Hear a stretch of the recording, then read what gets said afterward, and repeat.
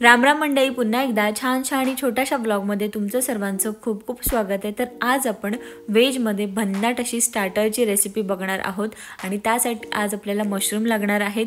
तर इथे मी एक छोटं पॅकेट 50 रुपयाचं किंवा 40 रुपयाचं जे मिळतं ते मी घेतलेलं आहे आणि त्या प्रमाणामध्ये मी तुम्हाला आजची रेसिपी सांगणार आहे। तर हे जे 50 रुपयाचं पॅकेट आहे त्याच्यामध्ये जेवढी आज आपली रेसिपी तयार होणार आहे ती 2 ते 3 माणसांसाठी इनफ आहे। तर इथे सगळ्यात आधी आपल्याला हे मशरूम व्यवस्थित क्लीन करून घ्यायचे। जर तुम्हाला हे मशरूम आपले पांढरे शुभ्र आणि स्वच्छ पाहिजे असतील तर ते क्लीन करण्यासाठी नक्कीच गव्हाच्या पिठाचा वापर करा, त्याच्यामुळे मशरूम व्यवस्थित क्लीन होतात।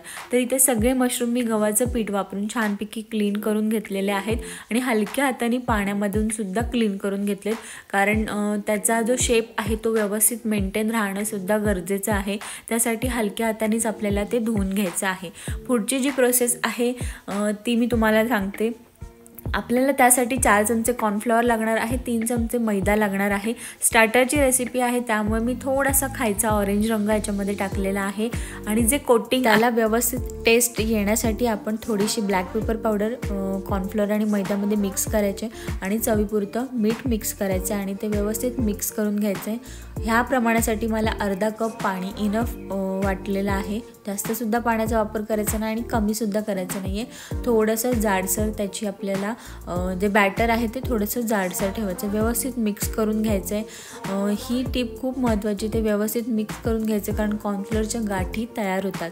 तर इथे अशा पद्धतीने आपलं हे बॅटर म्हणजे कोटिंगसाठी जे बॅटर लागणार आहे ते तयार झालेलं आहे।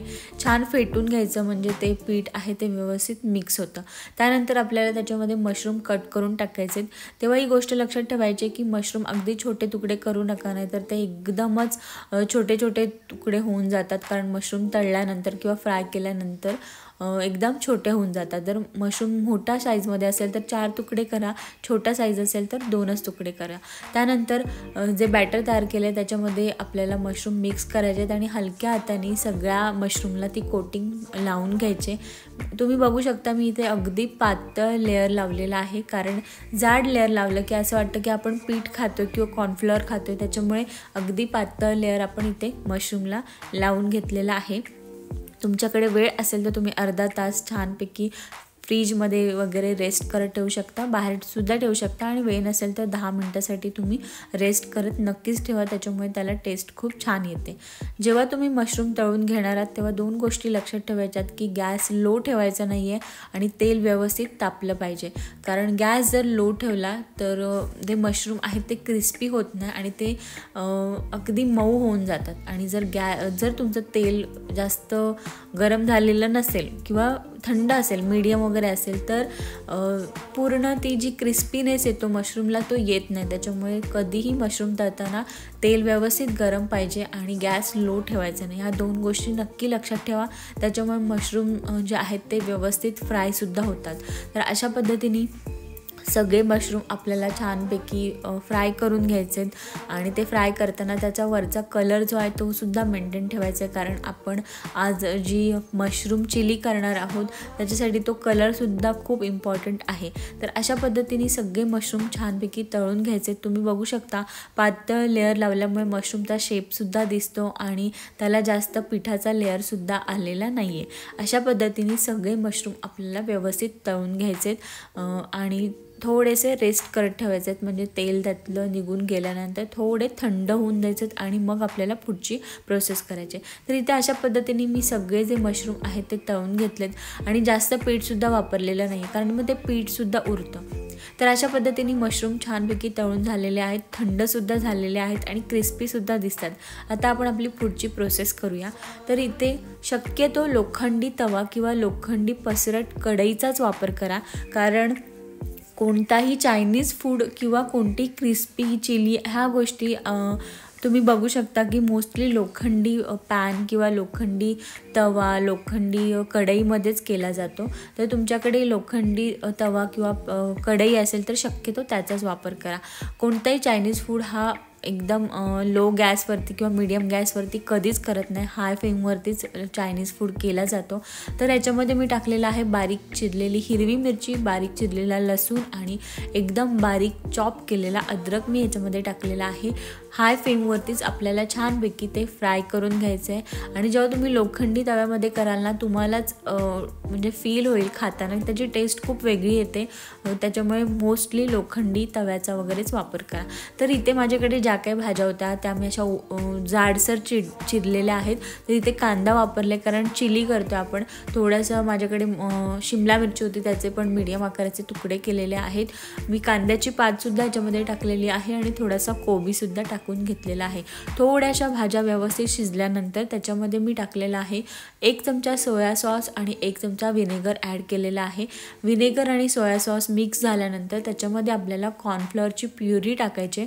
तर मी इथे 1 चमचा कॉर्नफ्लॉवर घेतला आणि त्याच्यामध्ये 3 चमचे पाणी टाकलेलं आहे आणि त्याची प्युरी मी मस्तपैकी मिक्स करून घेतलेली आहे. ती प्युरी व्यवस्थित 2 मिनटासाठी शिजवून घ्यायची आणि त्यानंतर चवीपुरतं आपल्याला ह्याच्यामध्ये मीठ टाकायचं आहे. मीठ टाकताना आपल्याला एक गोष्ट लक्षात ठेवायची आहे की आपण जे मशरूम तळून घेतलेले आहेत त्याच्या कोटिंगमध्ये सुद्धा थोडंसं मीठ ॲड केलेलं आहे. व्यवस्थित हे सगळं जी आपण कॉर्नफ्लॉवरची प्युरी टाकली ती व्यवस्थित शिजून झाल्यानंतर आपल्याला हे तळलेले मशरूम त्याच्यामध्ये ॲड करायचे आणि अगदी हलक्या हाताने आपल्याला ते मिक्स करून घ्यायचे. आणि जास्त वेळसुद्धा आपल्याला हे फ्राय करायचं नाही आहे, कारण जेवढा वेळ तुम्ही गॅसवर ठेवाल ना तेवढा वेळ त्या मशरूमच्या वरचं जे कोटिंग आहे ते मऊ होईल.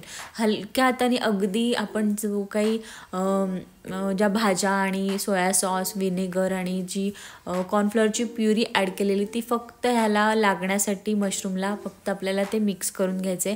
हार्डली 2 मिनटं ह्या प्रोसेसला आपल्याला द्यायचे, त्याच्यापेक्षा जास्त वेळ द्यायचा नाही आहे, नाहीतर क्रिस्पीनेस निघून जातो. तर इथे व्यवस्थित हलक्या हाताने मी मिक्स करून घेतलेला आहे. तवा छोटा असल्यामुळे थोडा टाईम लागतो. जर तुम्ही कढई असेल तर कढईमध्ये नक्की ट्राय करा. तर इथे अशा पद्धतीने आपला आजचा जो स्टार्टरचा पदार्थ आहे मशरूम चिली हा ट्राय मी केलेला आहे आणि व्यवस्थित झालेला आहे. मी 2-3 वेळा ट्राय केल्यानंतर तुमच्यासोबत रेसिपी दिलेली आहे. आणि कधी आपण तेच पनीर म्हणजे व्हेजमध्ये तर अजिबातच जास्त मला वाटते की नाही येत आपल्याला ऑप्शन्स. तर तुम्ही व्हेजमध्ये म्हणजे फक्त व्हेजच खात असाल तर तुम्ही नक्की अशा पद्धतीने मशरूमपासून ही मशरूम चिली ट्राय करा. खूप छान झाली होती आणि मला पूर्ण खात्री आहे की तुम्हालासुद्धा अशा पद्धतीने जर तुम्ही मशरूम चिली ट्राय केलीत ना तर नक्की आवडेल. आणि 2 ते 3 माणसांसाठी हा स्टार्टरचा पदार्थ इनफ होतो. तर इथे अशा पद्धतीने आपला मशरूम चिलीचा जो आजचा स्टार्टरचा पदार्थ आहे तो तयार झाला आहे. त्यावरती छानपैकी मी थोड्याशा ज्या काही भाज्या होत्या म्हणजे स्प्रिंग ओनियन, त्यानंतर थोडेसे जे तीळ आहेत ते टाकलेले आहेत, थोडासा कोबी टाकलेला आहे. हे सगळं ऑप्शनल आहे, ते डेकोरेटिव्ह दिसण्यासाठीच फक्त मी ॲड केलेलं आहे. आणि अशा पद्धतीने आपला क्रिस्पी मशरूम चिली तयार झालेली आहे. तुम्हाला आजचा पदार्थ कसा वाटला मला कमेंट करून नक्की सांगा. आणि व्हिडिओ आवडला असेल तर लाईक करा, शेअर करा आणि आपलं चॅनल नक्की सबस्क्राईब करा. बाय.